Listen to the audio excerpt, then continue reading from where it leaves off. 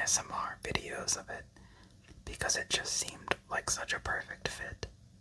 But when I searched on YouTube, I could not find any, so I was kind of disappointed. But if you're like me and you were looking for one and you came across this video, welcome to my channel.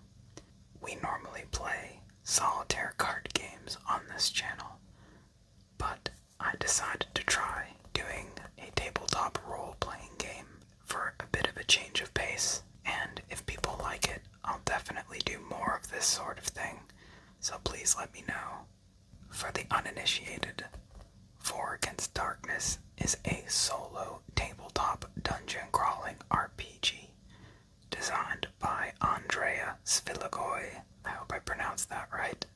You can buy it as a physical book or as a digital PDF. I have the PDF version, but I have printed out some of the important pages here so that we can reference them on the table. And if there are any important pages that I do not have printed out, I can reference them on my computer, which is right over there, and I'll just put them up on the screen in post. I'll also put a link in the description to where you can buy this game if you want to play it yourself. The digital version is only $10, and I've gotten hours of entertainment out of it, so I think it's totally worth the price. Now before we start playing, let's just take a look at our party.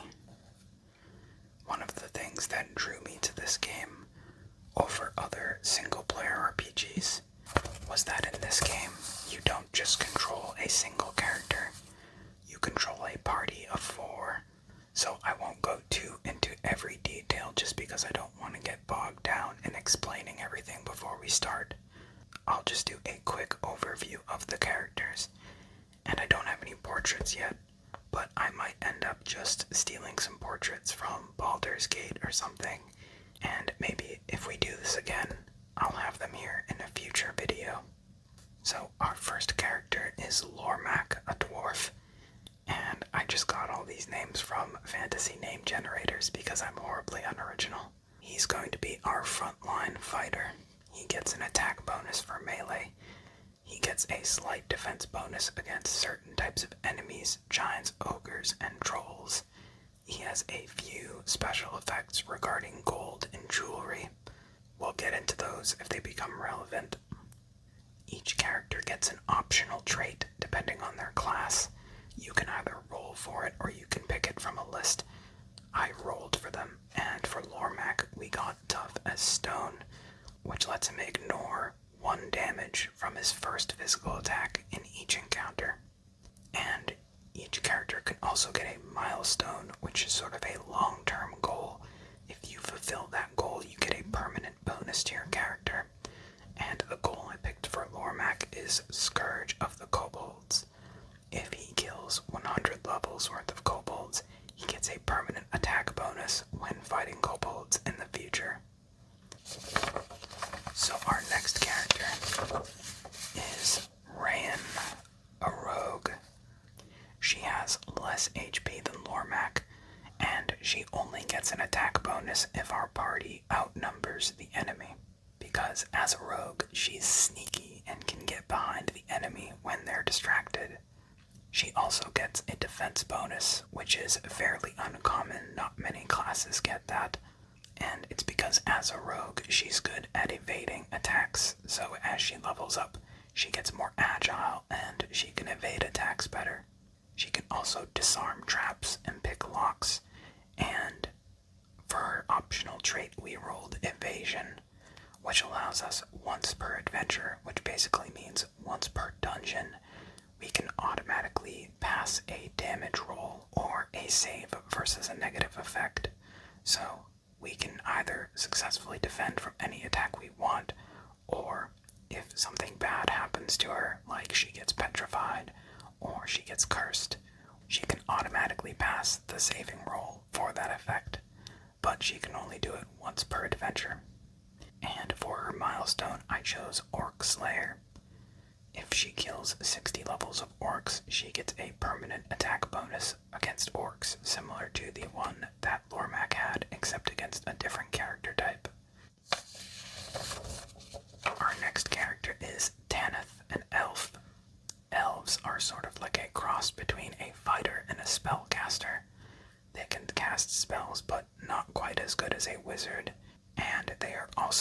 good fighters. He has a pretty good amount of health, and he gets an attack bonus as long as he's not using a two-handed melee weapon. And he gets an additional attack bonus against orcs. You can see his spells over here. He starts with 5, but he can only cast 1 per adventure. As he levels up, he gets more slots, so at level 2 he can cast 2 per adventure, etc. For his optional trait, we rolled Spell Woven, which means that once per adventure, he can cast a spell without using a spell slot. So basically we get 1 free spell cast per adventure. And for his milestone, I picked Slumber Master.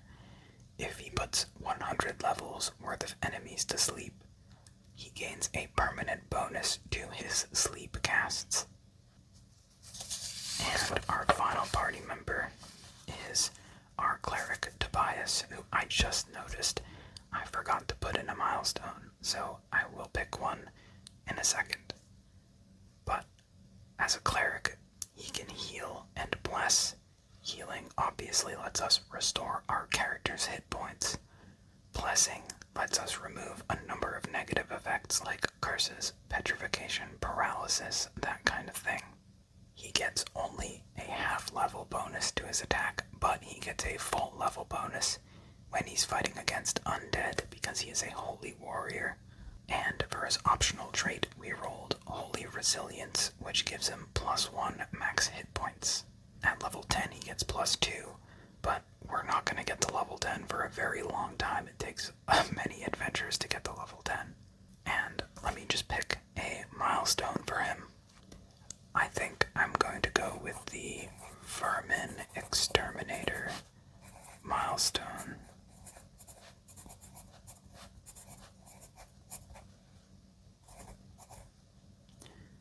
When he defeats 100 levels of vermin enemies, he will gain a permanent bonus when fighting vermin in the future.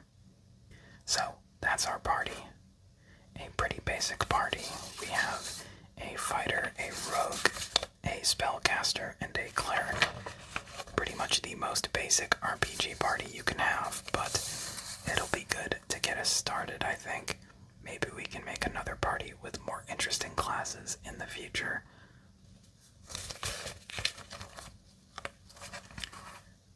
So to start off, we're going to be playing one of the starter adventures from the core book called The Witch's Cave, and I'll just read the introduction here.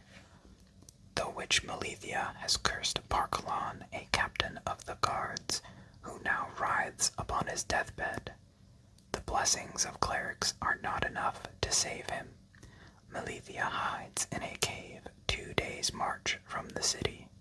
If you kill or capture the witch before the curse completes its course, you will save Parkalon and claim the 100-piece reward. So that is our goal. We need to explore the cave, find the witch, defeat her, save Parkalon, the captain of the guard, and claim the reward.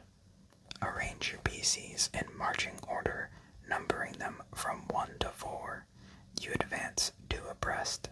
Place 2 PCs in front, positions 1 and 2, and the other 2 behind, positions 3 and 4. And I think now would be a good time to introduce the battle board. This is where we're going to be tracking our combat encounters. I find this is quite a bit easier than doing it on paper because you can easily erase and update things. And you can see I've already put our characters in their marching order.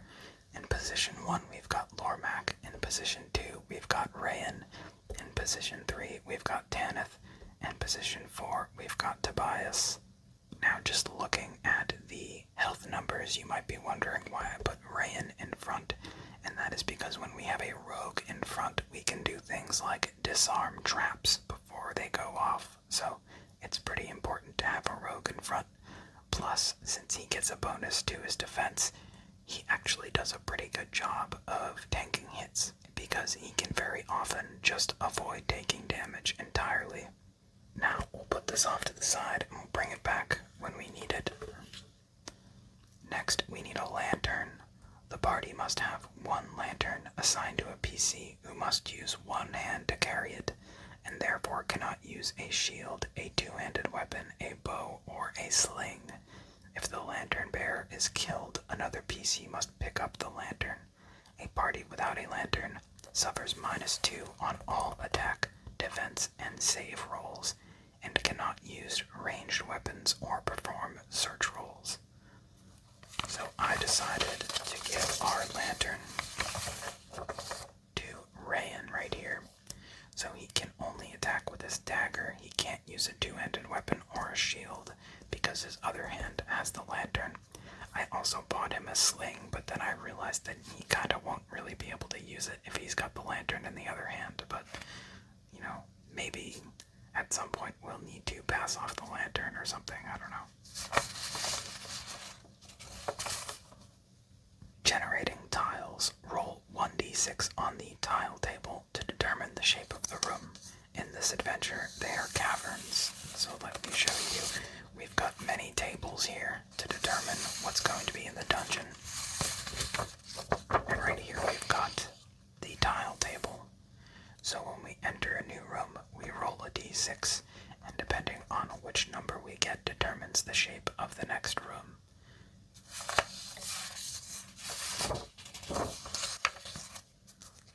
Draw the tile on graph paper, starting from the bottom edge of your sheet of paper. The drawing does not need to be artistic. A tile is just a box where you record encounters and events, and its exact measurements are not important. You may rotate or flip the tile in any direction, or cut away part of it if it overlaps a previous tile or reaches the edge of the paper. The cave wall has collapsed in that spot.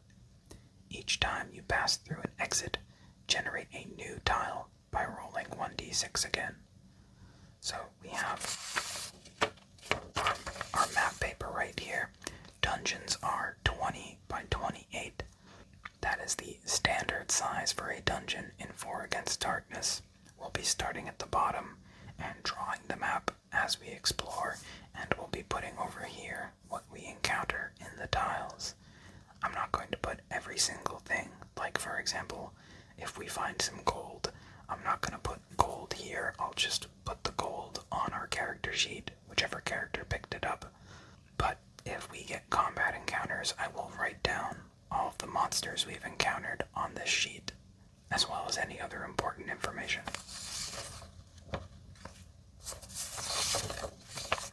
Starting with the 4th tile, you may encounter the witch Malethia. Upon entering the 12th tile, you automatically find her if you didn't encounter her already. So this adventure will be no more than 12 rooms long. Whenever you enter a room, roll 2d6, add both dice, generating a number from 2 to 12 on Malethia's Cave content table. The result directs you to another table detailing the contents. You may find treasure, traps, empty rooms, clues, foes to fight, or creatures you may negotiate with. So here's what that table looks like. The content table. You roll 2 dice, add them up, and then whatever result you get determines what is in the room. And we've got a little picture of Malethia right there. Not a very scary looking witch. After generating the 4th tile, roll 1d6 each time you encounter a major foe, a weird monster, or a boss monster, including any encountered as wandering monsters. Add +1 to the roll for each major foe encountered. On a result of 6 or more, you encounter Malethia the Witch. Otherwise, you will automatically find her in the 12th room. So, that's how we will encounter the final boss, and those are the basics of the adventure. So, let's put this aside. We're not really going to need this sheet again. And the sheets that we're definitely going to need to have on hand are the content table,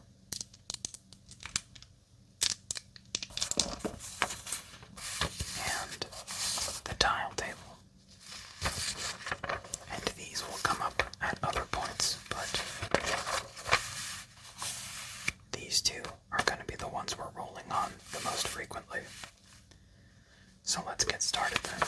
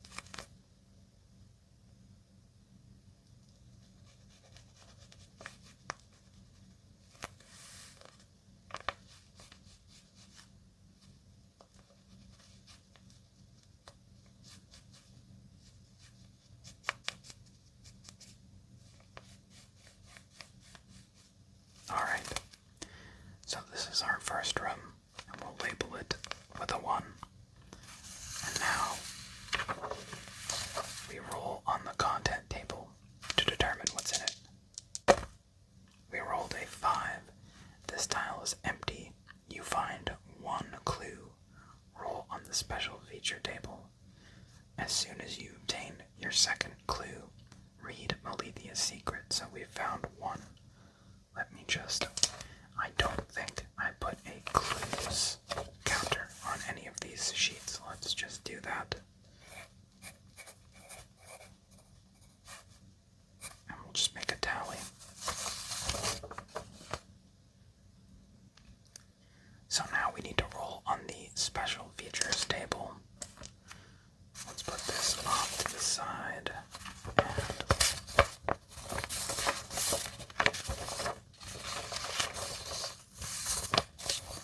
So here we've got the special features table. Roll a d6. We rolled a 4, a cursed altar. As you enter, a sinister altar glows malevolently. One random PC is cursed, suffering -1 defense. The curse can be broken if the PC kills a major monster alone or receives a blessing. So, for random characters, we can use this d4 right here. So let's roll. We rolled a 1. So Lormac is cursed. Now we can cure the curse by using a blessing, but I think I'm just going to wait on that for now. We do have 3 blessings, so we probably won't end up using all 3, but I think I will just wait. So let's get our battle board here. And I'll just write cursed -1d. Oh, and I should probably mention here, I have attack and defense bonuses written here, but it's worth mentioning that these are not always going to be the same. Like, for example, Lormac's defense bonus says +2, but that is only the case when he's fighting in melee, because as a dwarf, he gets plus his level as an attack bonus when fighting in melee, so he gets +1, and then he gets an additional attack bonus from his two-handed battle axe, so it's a total of +2. But if he were fighting from range, it would be +0. So I just wrote the most common instance of what the bonus will be, but it's not always going to be the same. So I will point that out when it's different.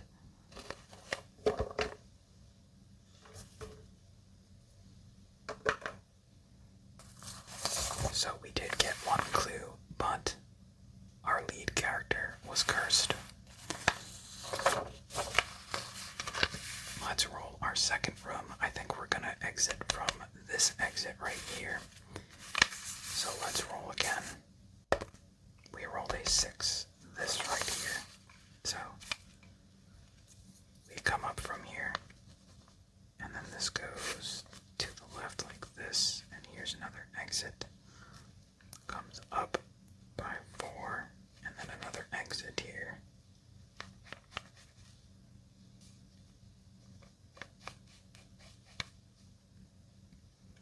And it comes up like that.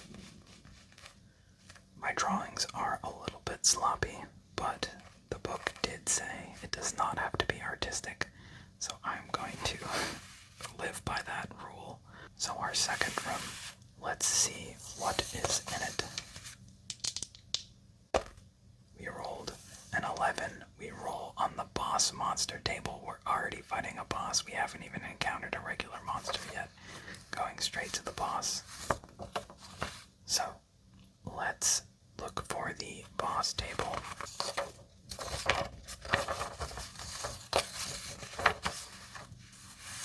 Here's the Malethea's Cave boss monster table. We rolled d6. We rolled a 3. It is a mummy, level 5 undead boss monster. 2 attacks, 4 life. Never tests morale. That means it will never run away.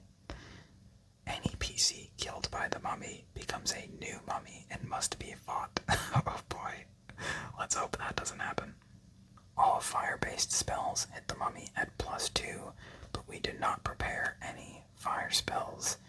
We only have sleep, and sleep does not work on undead monsters, so we're gonna have to fight them with weapons, no magic. Let's get the battle board here, and I'll put this sheet over here.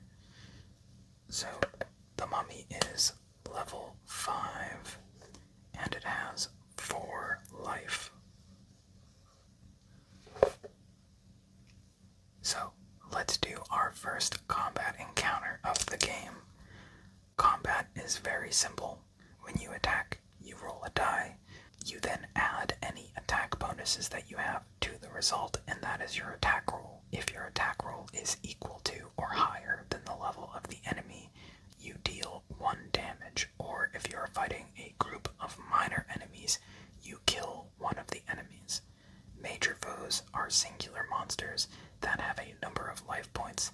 Minor foes are groups of monsters that all have 1 life point, so it just depends which type of monster you're fighting. I like to use color-coded dice. I got this idea from the Lone Adventurer, who is a great YouTuber who plays tons of single-player tabletop games. I learned about this game from his channel, and I've also learned about a whole bunch of other games, and maybe I'll try some of those at some point. So let's start with Lormac. He's going to be this green die right here. We roll a 5. A 5 plus his 2 bonuses is a 7, which is enough to deal 1 damage to the mummy.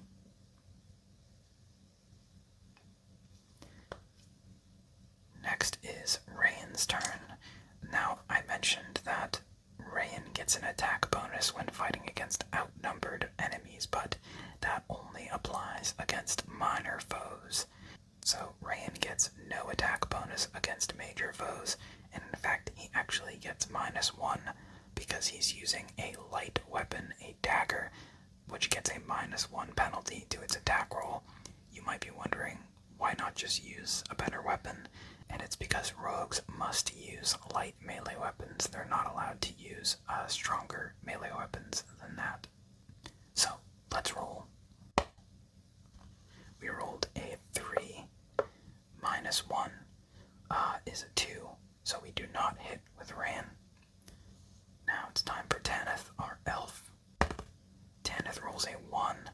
A 1 is an automatic fail. Even if we theoretically had a +5 bonus, it would still fail if we rolled a 1. So, Tanith also not dealing any damage. And now Tobias, our cleric, rolls a 4. He gets, actually, it says +1 here, but because we're fighting an undead enemy, it's actually +2. 1 is from his 2-handed mace. A 2-handed weapon has a +1 bonus, and the other +1 is because we're fighting an undead opponent. Clerics get a plus level bonus when fighting against undead enemies. So that's enough to deal another hit. The mummy is now down to 2 HP. Now it is the mummy's turn to attack. We pick 2 characters to defend because the mummy has 2 attacks. So for our defenders, I think I'm going to pick Lormac, even though he's cursed, but he has a lot of health, and Tobias. So Lormac and Tobias are going to take the hits here. So here's Tobias, here's Lormac. We roll, and the goal of a defense roll is to roll higher than the enemy's level. So when you attack, you only have to deal equal to the enemy's level to make a successful attack. To make a successful defense, you must roll higher. So we need a 6 or higher result.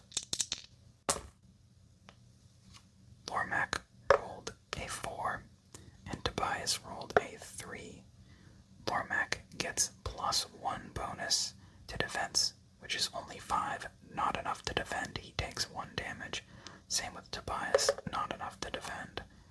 So Lormac and Tobias both take 1 damage. So we start our second round. Everyone is just going to attack again. We can't use any magic against this guy anyways, and we're so low level, we don't really have any other options besides just swinging. So that's what we're gonna do. Lormac rolls a 1, misses. Rayan rolls a 4, not enough to hit. Tanith rolls a 2, also not enough to hit. And Tobias rolls a 5, that is enough to hit.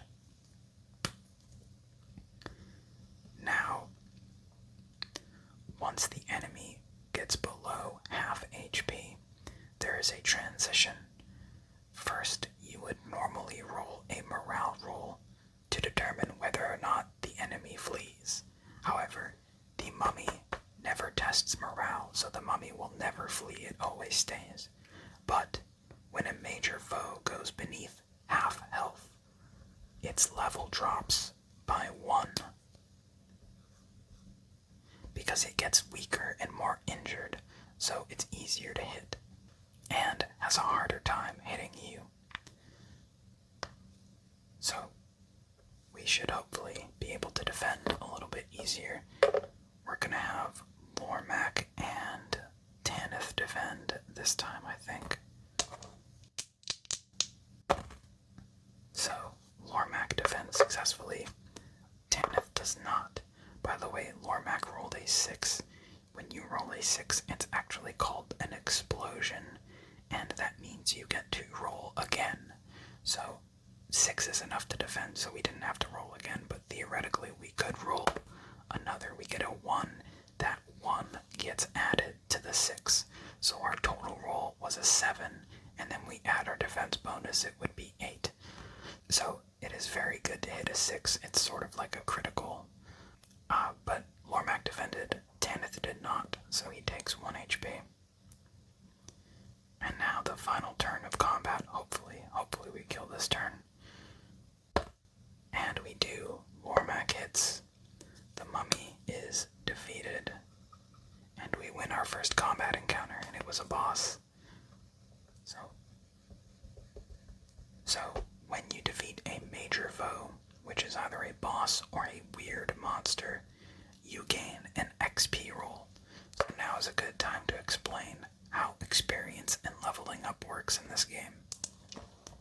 An XP roll means that you roll a d6, and if the result of the d6 is higher than the character's current level, the character goes up 1 level. If we decide to level up Lormac, he is currently level 1. If we roll a 2 or higher, he levels up. Otherwise, if he rolls a 1, he stays the same level and the XP roll is wasted. So this is sort of an elegant way to make it so that leveling up gets harder as you get higher level, but without having a bunch of bookkeeping where you need to keep track of XP numbers and stuff like that. It's a pretty elegant system, I think, though it can be a little bit frustrating when you're getting especially unlucky at the higher levels. So I think we're actually going to level up Tobias first, because once he hits level 2, he gets a +1 bonus to normal enemies because he gets a half level bonus to his attack. He's currently level 1, which means he gets 0 because you round down. But once he hits level 2, then he gets a +1 bonus. So let's start with Tobias. We need to roll a 2 or higher, and we didn't, so we waste our first XP roll, unfortunately. That's okay though. We still do get treasure from defeating the enemy, even if we did not get any levels from it.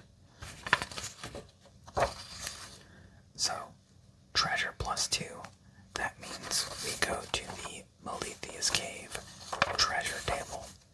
We roll a d6, and then we add 2 to the number we get. We rolled a 1, +2 is 3. We get 1 rope, 1 lantern, or 1 hand weapon. And everyone's already got weapons, and we already have a lantern, so I guess we'll just take another rope. So let me just get... Already has a rope. As a rogue, he started with 1, so now he has 2.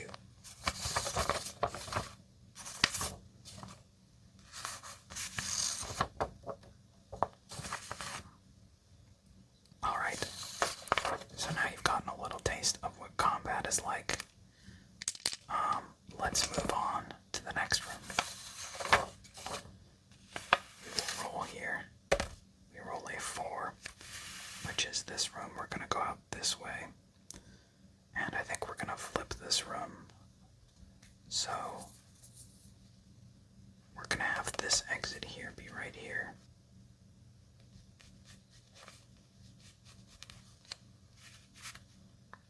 And then it kind of comes down like this.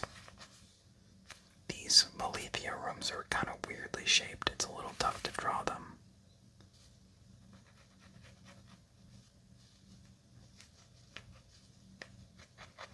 Alright, that looks about right. I wrote 4, even though it's the third room. Don't worry about that. Okay, let's see what's actually in the room. We roll 12.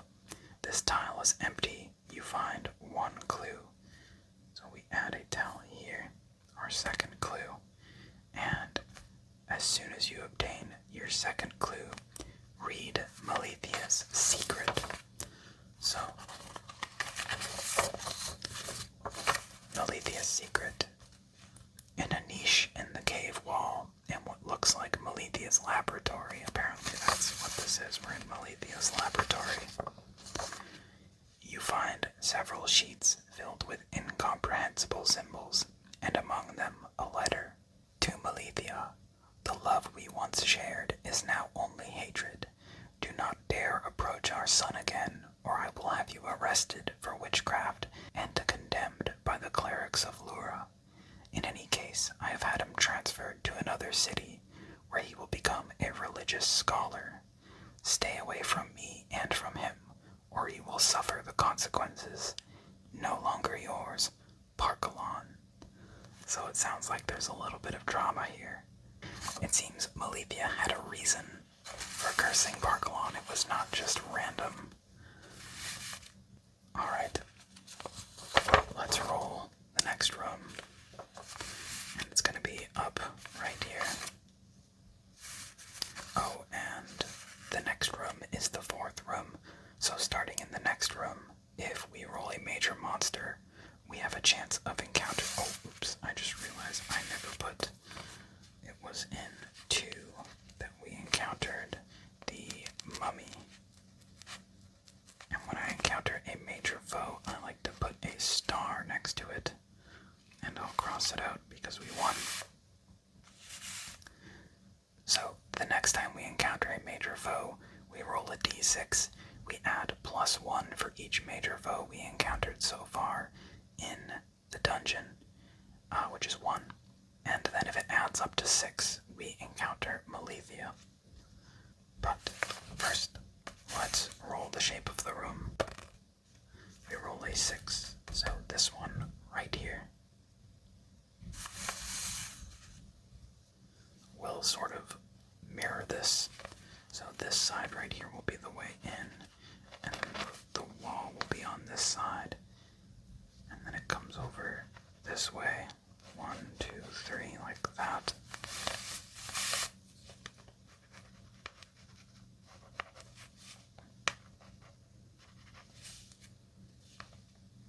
And since I accidentally skipped 3, we'll make this one 3.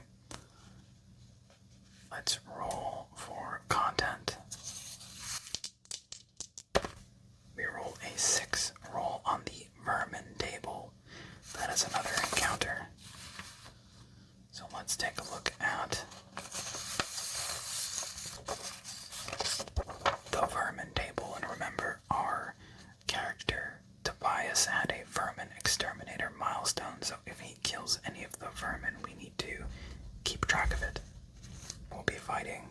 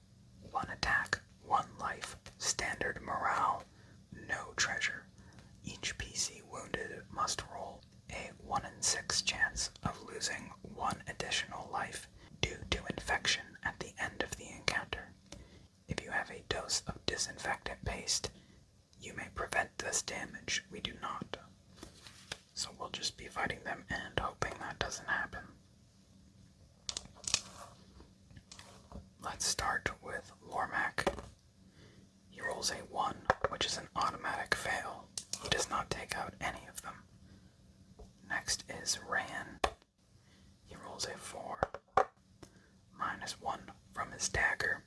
He takes out 3 of the rats. Next up is Tanith.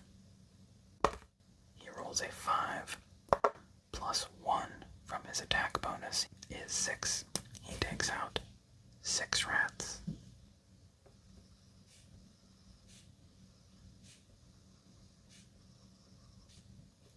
Now, since we've taken out more than half of the enemies, we roll for morale. The way morale works is if you roll a 1 through 3, all of the remaining enemies run away. If you roll a 4 through 6, they stay and fight for the rest of the battle.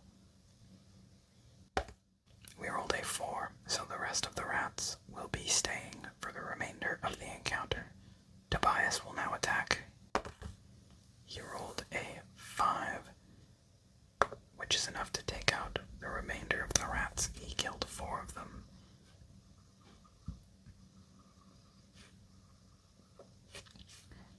So I explained how XP works with major foes. With minor foes, it works a bit differently. You need to kill 10 minor foes to get 1 XP roll, so we'll add a tally here.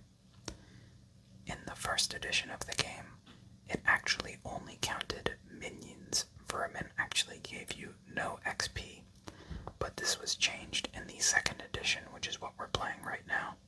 And it says here that rats give no treasure, so we don't get any treasure from this encounter. All we get is the 1/10 of an XP roll, and Tobias gets 4 levels added to his Vermin Exterminator milestone.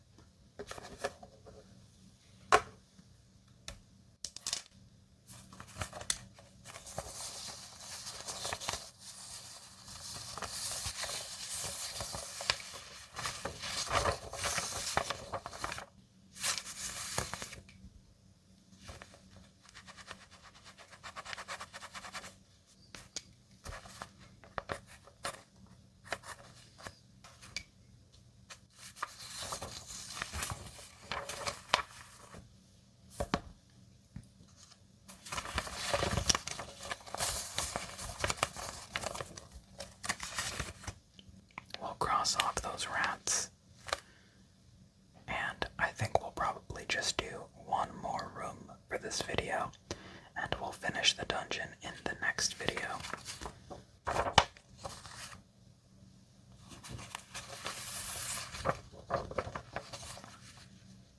So, let's roll our next room.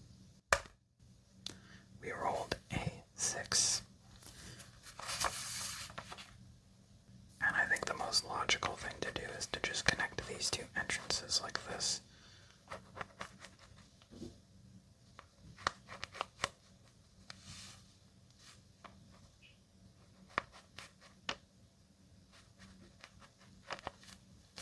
I think it might be better next time to have a bit of a harder surface here to write on.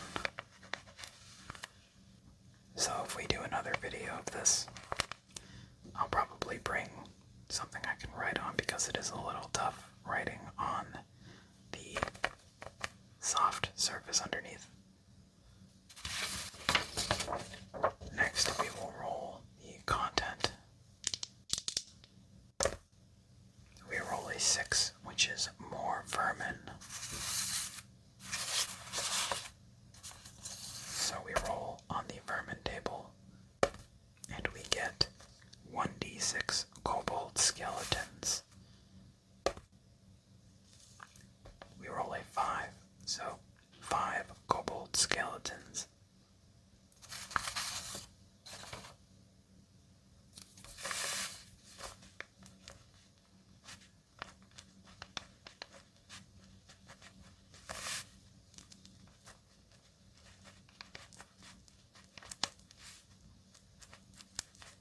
Alright.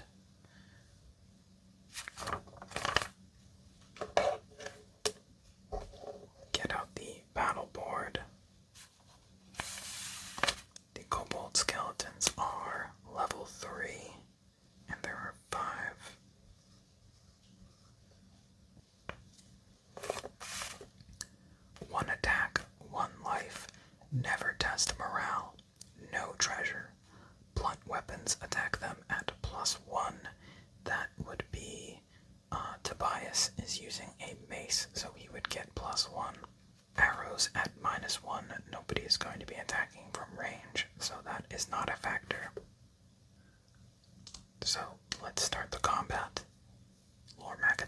first. He rolls a 2, and he adds his +2, 1 from his level, 1 from his X, so he deals 1 damage, or rather takes out 1 of the skeletons. Next up is Rayan. She rolls a 1. I just realized that I might have actually been going back and forth between calling Rayan he and she in this video. I actually couldn't decide if she was going to be male or female, but in the end I did decide I wanted her to be a girl. But I think I kept forgetting and saying he instead, so if I did that, just pretend I said she. But anyway, she rolled a 1, so she did not hit. Next up is Tanith. He rolls a 2. +1 is 3, so he takes out 1 of the skeletons.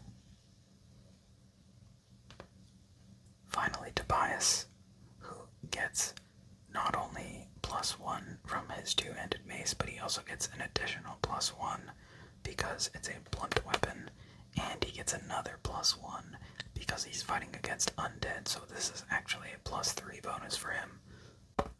And he rolls a 5, +3 is 8, so he takes out 2 of the kobold skeletons. Now they never test morale, so they will not run away, but there is only 1 remaining. And I think the last remaining kobold skeleton is going to attack Lormac. So we roll for defense. He rolls a 6 and easily defends. Alright, so next round, Lormac fights first. Rolls a 1, fails to hit. Oh, remember that Tobias killed 2, and these are each level 3, so that's 6 levels. Next, Rayan, who more than enough to kill the last kobold skeleton. We add 1 to the XP tally, and we add 6 to Tobias's milestone. And actually, they were kobold skeletons, so I think Lormac killed 1, correct? So Lormac gets 3 to his milestone as well.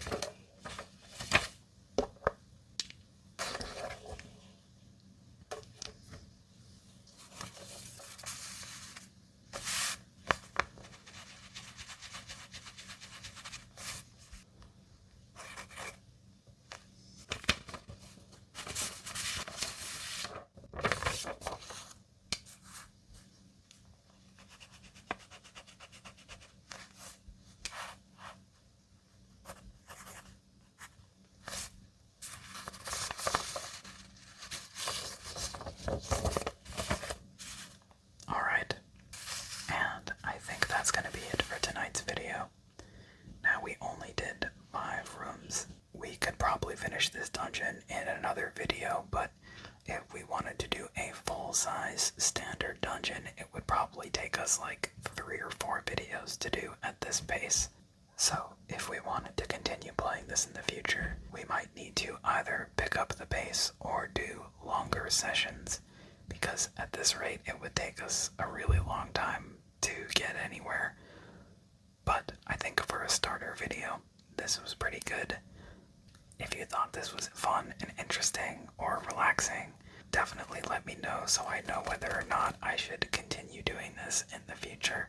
Don't worry though, my normal card game videos are not going anywhere. My next video is going to be a patience video, possibly Beleaguered Castle or Free Cell. I haven't decided yet, but probably one of those two.